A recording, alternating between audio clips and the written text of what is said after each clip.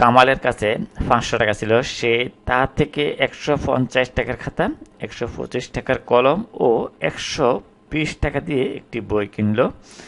আমাদেরকে কত বলেছে, 1 টাকা সমান কয়টি 10 পয়সার মুদ্রা, কয়টি 10 পয়সার মুদ্রা মিলে 1 টাকা হয়। আগে আমাদেরকে জানতে হবে এই 1 টাকা সমান কত পয়সা। তাহলে এটা আমরা জানি যে 1 টাকা সমান হচ্ছে আমাদের 100 পয়সা। তাহলে এই 1 টাকা সমান যদি 100 পয়সা হয়, তাহলে এই 1 টাকার মধ্যে কয়টি 10 পয়সার মুদ্রা আছে, মানে কয়টি 10 পয়সার মুদ্রা মিলে এই 100 পয়সা হবে। তাহলে 100 পয়সা যদি হইতে হয়, তাহলে 10 পয়সার মুদ্রা দুইটি মিলে হয় কতটি,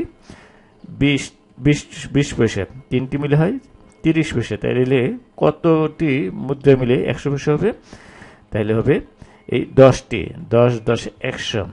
তাহলে আমরা পাই কতে, উত্তর করি যে 10টি 10 পয়সার মুদ্রা লাগবে এই 1 টাকা হইতে। তাহলে খতে এরপর বলেছে খাতা কেনার টাকায় 50 টাকার নোট কয়টি আছে। খাতা কেনার টাকায় কয়টি 50 টাকার নোট কয়টি আছে। তাহলে 50 টাকার নোট, খাতা কিনেছিল কত, 150 টাকা। তাহলে কয়টা 50 টাকার নোট মিলে 150 টাকা হবে।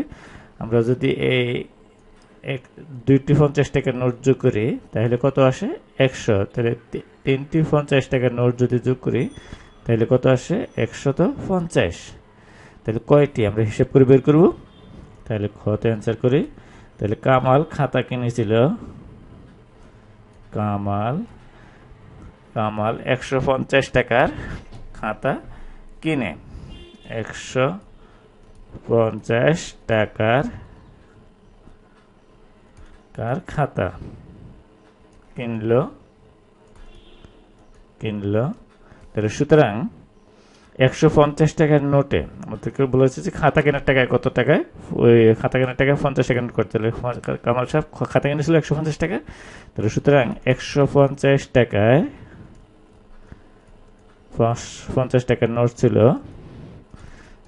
50 টাকার নোট ছিল বা নোট আছে, 50 টাকার নোট আছে সমান কি হবে, আমরা 150কে ভাগ করব কত দিয়ে, 50 দিয়ে। তাহলে আমরা পেয়ে যাব এই এতটি। তাহলে তাহলে আমরা 50 দিয়ে যদি ভাগ করি তাহলে এই 3 আসবে এতটি। কারণ আমরা এখানে সমান, এটা সমান একটি, এটা সমান একটি, এটা সমান একটি, তাহলে মোট হচ্ছে কত, 3টি। বা আমরা ভাগ করেও বের করতে পারি যে 50 দিয়ে যদি ভাগ করি 3 5 15, এরপর 3 50 150, এটুকু। এরপরে আমরা পরে অঙ্কটা দেখি।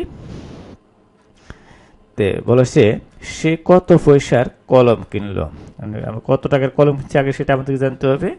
তাহলে 125 টাকার, কামাল সাহেব যে 125 টাকার কলম কিনলো, তাহলে 125 টাকা সমান কত পয়সা। আমরা জানি যে 1 টাকা সমান 100 পয়সা, তাহলে 125 পয়সা সমান কত, 125 টাকা সমান কত পয়সা হবে। তাহলে 125কে আমরা 100 দ্বারা গুণ করব, তাহলে আমরা পেয়ে যাব যে এই কত টাকার খাতা কিনলো।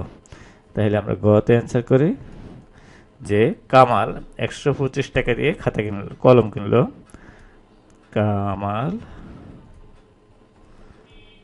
125 টাকা দিয়ে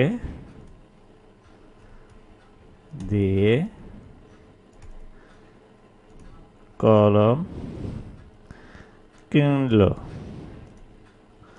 তাহলে সুতরাং 125 টাকা সমান আমাদের পাই এই 100 কত পয়সা হবে, তাহলে 125 গুণ হবে 100, কারণ 1 টাকা সমান 100 পয়সা। তাহলে এই এত পয়সা হয়ে যাবে। আমরা প্রথমে লিখেছি যে 1 টাকা সমান কত পয়সা, 100 পয়সা। তাহলে 2 টাকা সমান 200 পয়সা, 3 টাকা সমান 300 পয়সা। 3 দ্বারা গুণ করবো 100কে, যদি 125 টাকা হয় তাহলে 125 দিয়ে গুণ করি, তাহলে সেটা হয়ে যাবে। আমরা 1 দিয়ে এই যদি 125কে গুণ করি, 2টা শূন্য বসাই তাহলে হয়ে যাবে। তাহলে 125 আমরা লিখবো সরাসরি, তারপরে 2টা শূন্য বসিয়ে দেব, এই একটা। তাহলে এত পয়সা। তাহলে আমরা যদি 1000 কমা দিই তাহলে এই 12 উপরে কমা আসে, তাহলে পাই 12,500 পয়সা। তাহলে এটাই আমাদের উত্তর। সে এত পয়সার 112,500 পয়সার কলম কিনেছিল কামাল। তাহলে এটাই উত্তর।